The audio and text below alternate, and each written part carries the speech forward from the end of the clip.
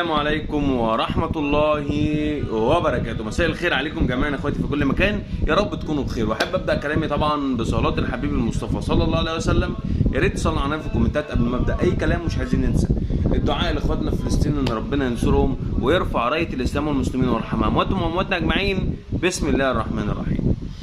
طبعا كنز نادي الزمالك، كنز نادي الزمالك. يطلع واحد زملكاوي يا عم انت مالك ومال الزمالك، ما تخليك فريق يا جدعان. دي الحاجات اللي حاصله دلوقتي في الوسط الرياضي، دي الحاجات اللي بتتداول في الوقت الحالي في الوسط الرياضي. مفيش غيره، مفيش حاجه تانية نتكلم عليها.